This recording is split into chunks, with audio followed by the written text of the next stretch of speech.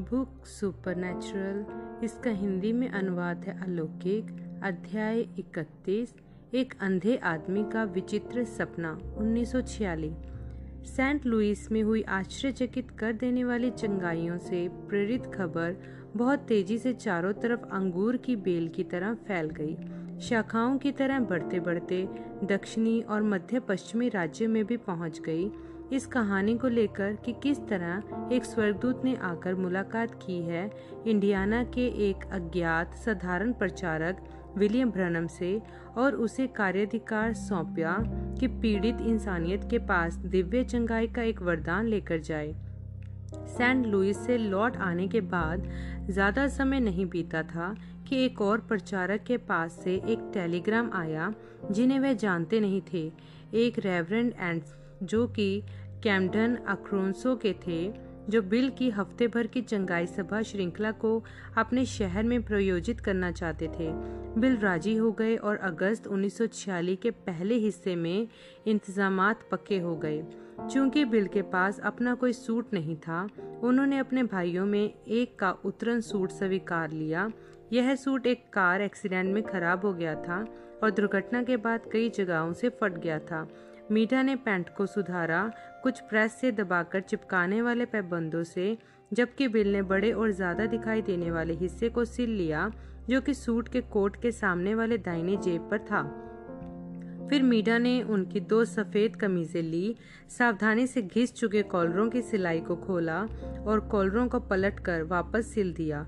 Bill ने एक छोटी अटैची में सामान बांधा और अपनी पुरानी फोर्ड गाड़ी की पिछली सीट पर डालकर दक्षिण की तरफ निकल गए।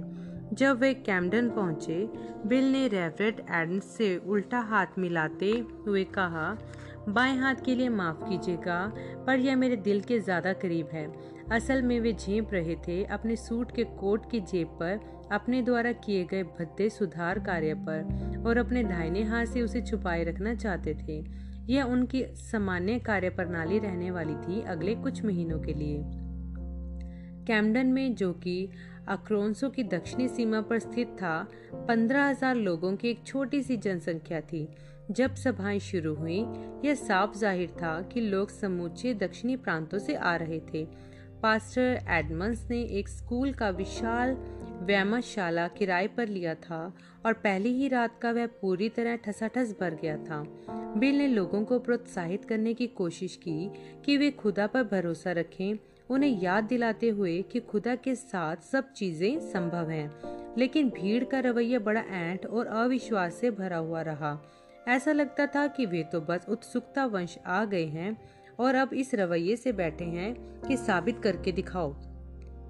बिल ने उनसे बड़ी मिन्नत की कि अपने मनों को खोले, यह कहकर, प्यारे दोस्तों, मैं तो केवल एक मनुष्य हूँ, पर मैं आपको यह समझाने का प्रयास कर रहा हूँ कि खुदा ने अपने स्वर्गदूत को भेजा है जो मेरे साथ बना रहता है।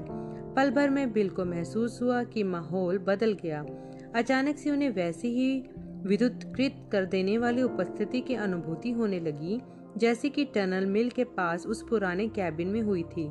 जाहिर सी बात है, सुनने वालों ने भी उसे महसूस किया, क्योंकि लोग अचरज से इधर उधर देखने लगे। तब फिर बिल ने देखा चक्रवात स्वरूप घूमता आग के गोले को जिनमेनीज के पीछे वाले दरवाजे से अंदर प्रवेश करते हुए। मुझे अब इसके विषय में अब और बताने की जरूरत नहीं है, बिल ने कहा, क्योंकि यह वह आ गया है यहाँ। वह अलौकिक आग लोगों के सिरों के ऊपर से होती हुई सामने की ओर बढ़ने लगी। भीड़ में सबकी सांस ही जैसे अटकने लगी हो। औरतें और बच्चे चिल्लाने, बेहोश होने या चौंक कर पीछे झटकने लगे।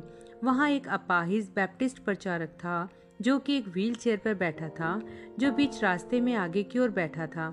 जब आग का स्तून उसके ऊपर से होकर गुजरा, वह अपनी लुढ़कने वाली कैद से कूदकर बाहर निकल आया और अपनी व्हील चेयर को ठेलता हुआ उनके सामने तक ले आया, उतनी ही ऊंची आवाज के साथ चिल्लाकर खुदा की तारीफ करते हुए जितना वह कर सकता था। इस बात ने भीड़ को अपने संयात्मकता में से एक झटके से बाहर निकाल दिया। इस दौरान वह सुनहरी ज्योति सामने की ओर आगे बढ़ता ही रहा, जहां पहुंचकर वह रुक गया। ठीक बिल के सिर के ऊपर छाया करते हुए रेवरेंड एडमस पुलपिट की दूसरी ओर खड़े हुए थे। जबकि अखबार के एक संवाददाता ने एक तस्वीर खींच ली, जिसके कारण अलौकिक रोशनी की तस्वीर खिंच गई।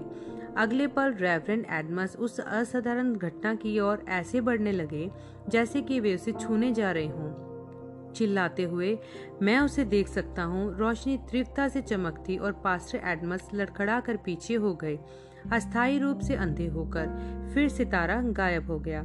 उस लम्हे के बाद भीड़ की संदेहास्पदा पिघल कर चली गई और बाकी की शाम विश्वास एक ज्वाल भाटे की तरह ऊंचा उठता चला गया। बिल ने उन लोगों को भवन की एक और पंक्ति बनाने को कहा जो प्रार्थना करवाना चाहते थे। सैकड़ों खड़े हो गए और पंक्ति जैसी भीड़ में खड़े हो गए। बिल चाहते थे कि लोग उनकी दाहिनी ओर से उनके पास पहुंचे, क्योंकि वे महसूस कर सकते थे प्रभु के दूत के वहां खड़े होने के दबाव को। बिल किसी व्यक्ति के दाहिने हाथ को अपने बाएं हाथ में ले लिया करते थे जिनको जीवाणु संबंधित बीमारियां होती। वह उनके हाथ को हर बार सुजाकर लाल कर देती थी। प्रार्थना के बाद वह समझ जाते थे कि वे लोग चंगे हो गए हैं। यदि उनका हाथ वापस सामान्य हो जाता था तो जिन्हें दूसरी समस्याएं होती, उनके हृदय में विश्वास इतने शक्तिशाली रूप से धड़क रहा होता। यीशु मसीह के नाम में एक साधारण सी प्रार्थना की अक्सर पर्याप्त होती, उसे प्राप्त करने में जो पहले पूरी तरह से असंभव मालूम हो रहा था। उस रात सैकड़ों जीवन में आश्चर्यक्रम घटित हुए। बिल ने बीमारों के लिए प्रार्थना की, एक के बाद एक, मध्यरात्रि के बीतने के बाद तक। जब अंततः उन्होंने समाप्त किया, उनकी बाईं बाँ इतनी सुन्न पड़ गई प्रतीत हो रही थी कि वापस अपने होटल के कमरे में एक बार उन्हें उसे आधे घंटे तक बहते पानी के नीचे रखना पड़ा था, ताकि अपनी मांसपेशियों में स्पर्श की अनुभूति चेतना वापस ला सकें। अगली सुबह नाश्ते के बाद जब बिल अपने होटल के कमरे में प्रार्थना कर रहे थे, उन्होंने ठीक अपने दरवाजे के बाहर होती एक बातचीत को सुना। एक आदमी कह रहा था, अच्छा, मैं बस एक शब्द बात करना चाहता हूँ भाई ब्रनम से। मैं एक संवाददाता हूँ और मेरे पास कुछ है उनको दिखाने के लिए। होटल के जिस कर्मचारी को बिल के दरवाजे की चौकसी करने का काम दिया गया था, उसने उत्तर दिया, मुझे इससे मतलब नहीं है कि आप कौन हैं। मुझे आदेश दिए गए हैं कि मैं किसी को भी अंदर ना जाने दूं। यह प्रार्थना का समय है। दरवाजे पर जाकर बिल ने रिपोर्टर को अंदर आमंत्रित किया। रिपोर्टर बड़ी आतुरता से अंदर आ गया। उसने एक फोटो निकाली और आगे बढ़ा दी। भाई ब्रनम, देखिए। उस तस्वीर को लेकर बिल ने उसे अध्ययन किया। वह पिछली रात की सभा की ब्लैक एंड व्हाइट फोटो थी। बिल ने स्वयं को पुलपिट के पीछे खड़े देखा। उनके ऊपर वह अलौकिक ज्योतिपुंज चमक रहा था और बाएं ओर रेवरेंड एडमस थे। भाई ब्रनम, रिपोर्टर बोला, मुझे इस बात को स्वीकार करना पड़ेगा कि कल रात शुरुआत में तो मैं बड़ा संशयात्मक था। मैं सोच रहा था इस स्वर्गदूत और चंगाई के विषय में हो रही सारी बातें बस मनोविज्ञान मन को पढ़ना मात्र है, लेकिन यह तो यहाँ अब तस्वीर में है। ध्यान दीजिए उन 4 लाइटों पर भी जो समान दूरियों पर ठीक बालकनी के नीचे स्थित हैं। आपके पीछे केवल वही लाइटें थी। इसका मतलब यह ज्योतिपुंज जो आपके ऊपर और सिर के चारों ओर है, यह अलौकिक ही हो सकता है। बिल ने हाँ में सिर हिलाया। यह निश्चित रूप से वही प्रकाश ज्योतिपुंज है जिसे मैंने देखा था। रिपोर्टर ने कहा, मैं खुद बैप्टिस्ट चर्च का सदस्य हूँ, लेकिन मुझे पवित्र आत्मा चाहिए ठीक उसी तरह जैसे आपके पास है।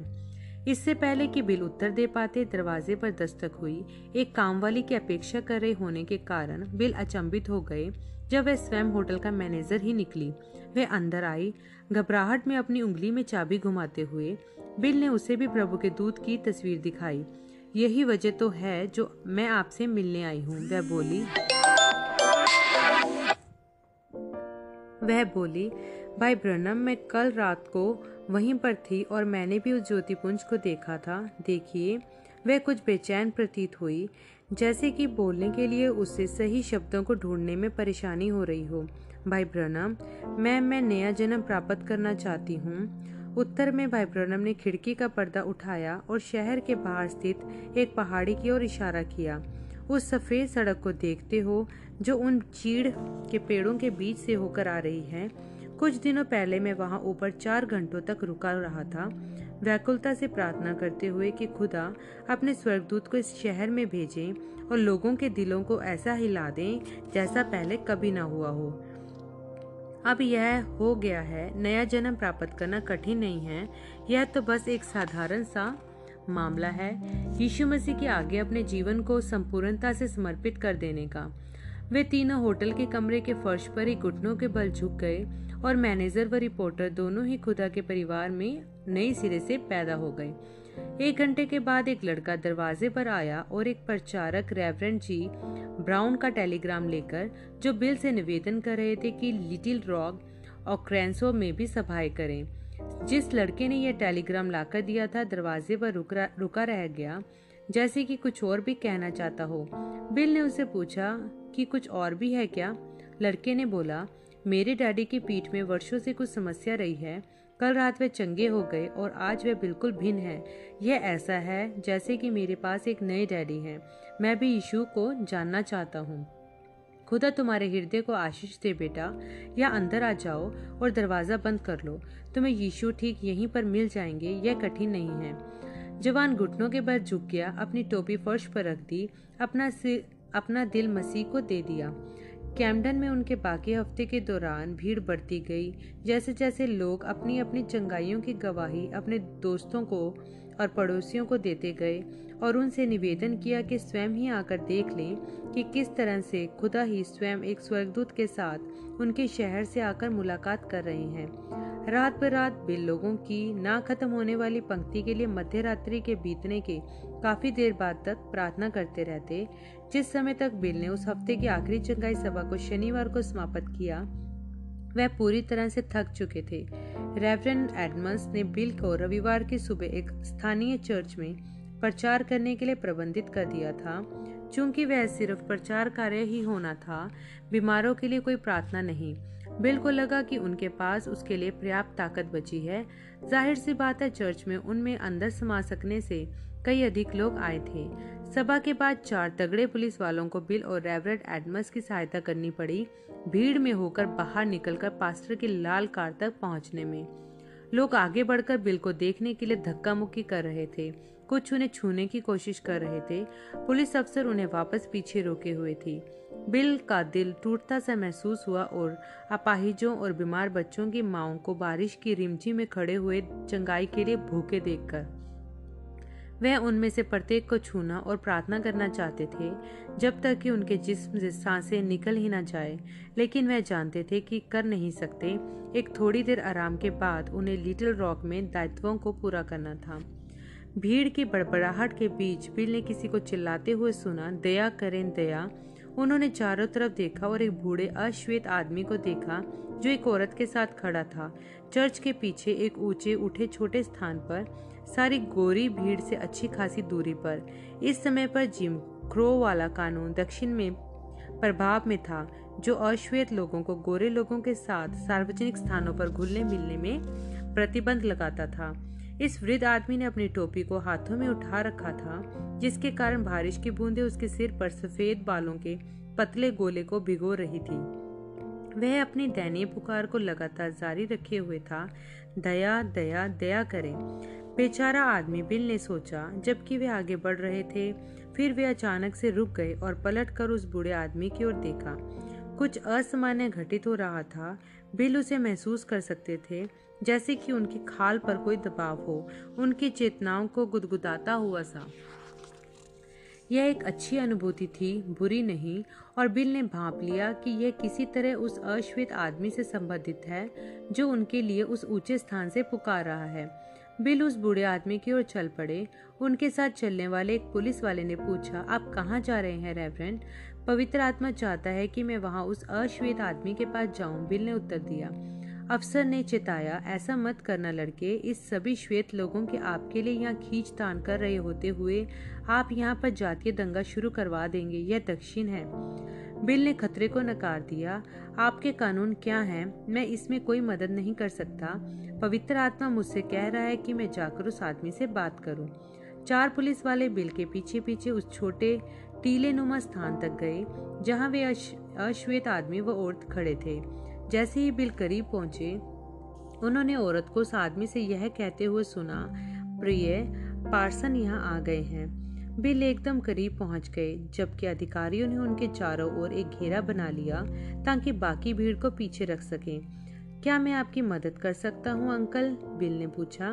उस आदमी ने एक गलत दिशा में अपना सिर हिलाया, जैसे कि उन्हीं को देखकर हिला रहा हो। बिल को समझ में आ गया कि बूढ़ा व्यक्ति अंधा है। वह व्यक्ति हकलाता हुआ सा बोला, क्या क्या यह आप हैं, पार्सन ब्रैनम? जी हाँ अंकल। बूढ़े आदमी ने अपने हाथ उठाए और बिल के चेहरे को महसूस करने लगे। ओह, आप तो एक जवान आदमी हैं। इतना भी जवान नहीं हूँ, बिल ने कहा। मैं 37 का हूँ। पार्सन ब्रैनम, क्या आपके पास बस 1 मिनट है मेरी सुनने के लिए? कहिए अंकल। मैं 10 वर्षों से अंधों की पेंशन प्राप्त कर रहा हूँ। मैं यहाँ से 200 मील दूर रहता हूँ। इस सुबह से पहले मैंने कभी आपके बारे में नहीं सुना था। लगभग 3 बजे मैं अपने कमरे में जाग उठा। जाहिर सी बात है, मैं कुछ देख नहीं सकता हूँ, पर देखने पर ठीक मेरे सामने मुझे मेरी वृद्ध माँ खड़ी हुई दिखाई दी। उन्हें मरे हुए तो असल में कई वर्ष हो चुके हैं, लेकिन जब वह जीवित थी उनके पास वैसा ही धर्म था जैसा आपके पास है। मेरी माँ ने मुझे अपने जीवन भर में कभी कोई झूठ नहीं बताया। आज सुबह उन्होंने वहाँ खड़े होकर कहा, प्यारे बच्चे उठो, अपने कपड़े पहनो और कैम्पडन अक्रोंसो जाओ। वहाँ एक आदमी के बारे में पूछना जिसका नाम है पार्सन ब्रैनम, और तुम्हें तुम्हारी दृष्टि मिल जाएगी। सो यहाँ मैं आ गया हूँ पार्सन, क्या आप मेरी मदद करेंगे? सहानुभूति से अपने दिल को दुखता महसूस करते हुए बिल ने अपना हाथ उस बूढ़े आदमी की आंखों पर रखा और प्रार्थना की। स्वर्गीय पिता, मैं इनकी माँ का इनके सपने में आना नहीं समझ पा रहा हूँ, लेकिन मैं आपसे यीशु के नाम से मांगता हूँ कि इसकी दृष्टि इसे वापस दे दे। भीड़ आगे को धक्का दे रही थी। पुलिस वालों को उन्हें पीछे ही बनाए रखने में कठिनाई हो रही थी। बिल जानते थे कि उन्हें जल्दी से जल्दी कार तक पहुंचना है, सो वे जाने के लिए पलट गए। बूढ़े आदमी ने मुस्कुराकर हाँ में सिर हिलाना शुरू कर दिया, शांति और संतोष के साथ यह कहते हुए, धन्यवाद प्रभु, धन्यवाद। उसकी पत्नी ने उसकी ओर बड़ी बड़ी आंखों से देखा। प्रिय, क्या तुम देख पा रहे हो?